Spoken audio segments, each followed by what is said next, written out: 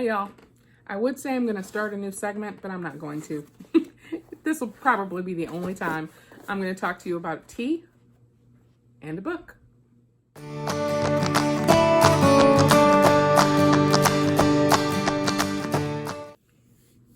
Hey y'all, I think it's actually dark enough in this room to use my ring light today, so that's pretty exciting.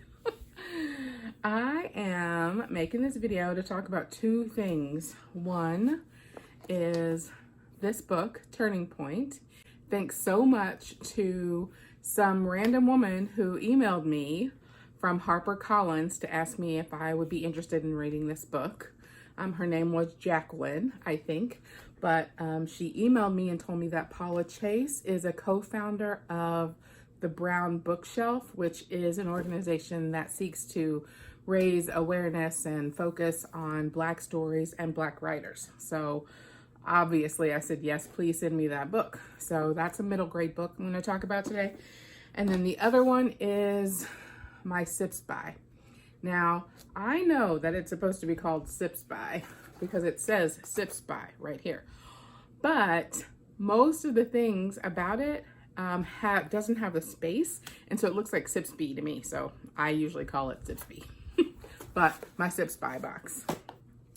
So let's just get into the video. So for Turning Point is a middle grade book, and it's kind of about this group of friends at the end of their 8th grade year, I think. It's the end of middle school, but it really focuses on two best friends, and you can see the cover.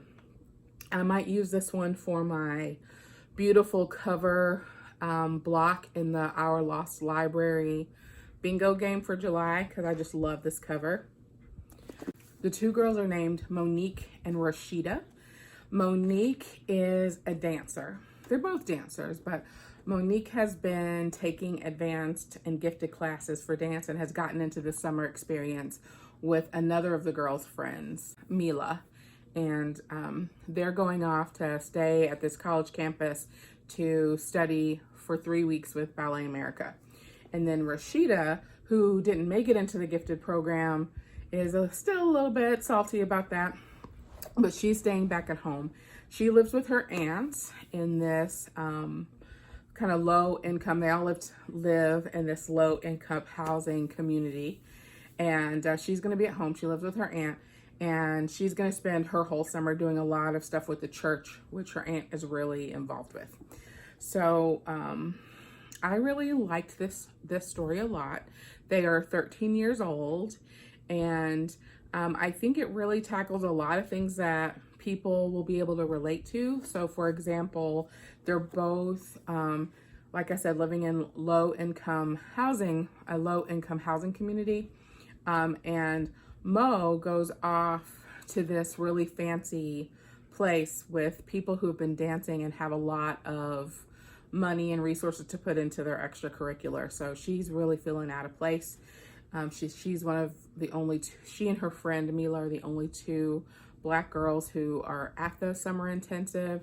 So she's really feeling out of place and really feeling targeted, and that people don't really understand her.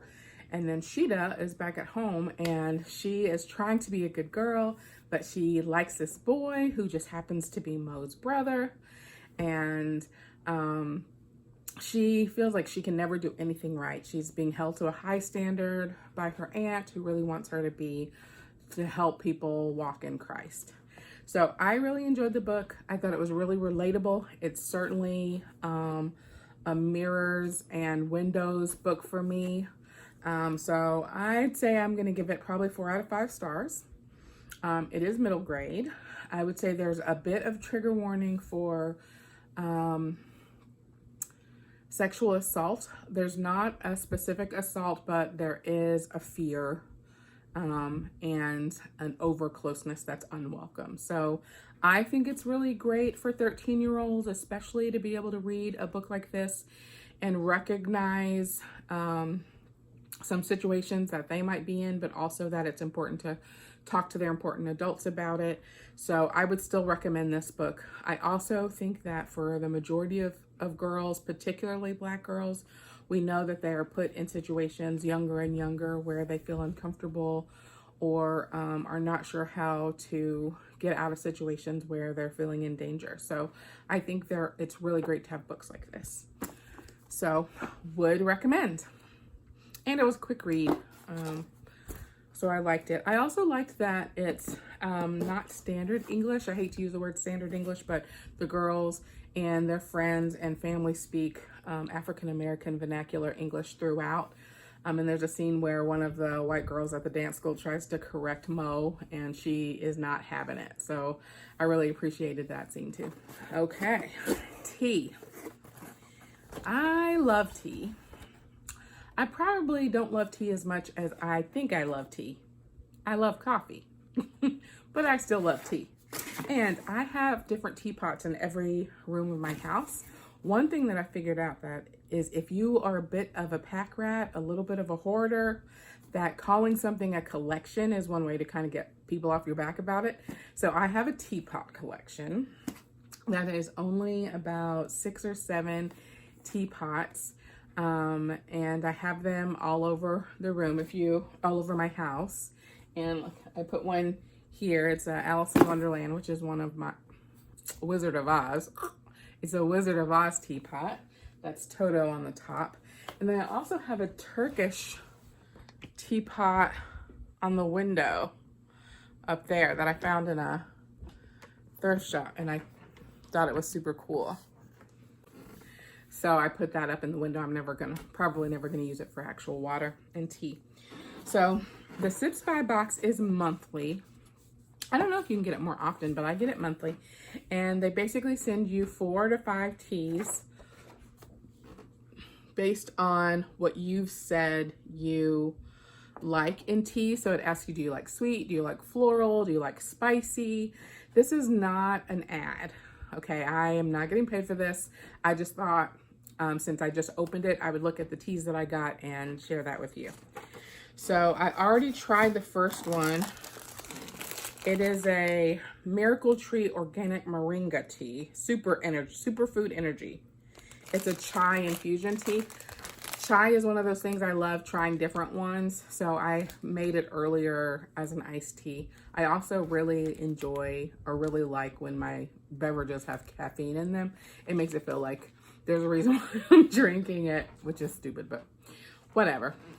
So that's a chai, and it is super caffeinated, supposedly. And then they also send you reusable tea bags, or one reusable tea bag. And in the reusable tea bag is a bunch of compostable tea bags. I've never actually used the reusable one because they send you plenty, but also I bought tea bags before I knew it was going to come with it. This one is a Leaf of the East charcoal roasted Dong Ding Oolong. So it's an oolong roasted on a farm in Taiwan with a fragrance of sugary ripe plum and chocolate. I'll probably try that one next.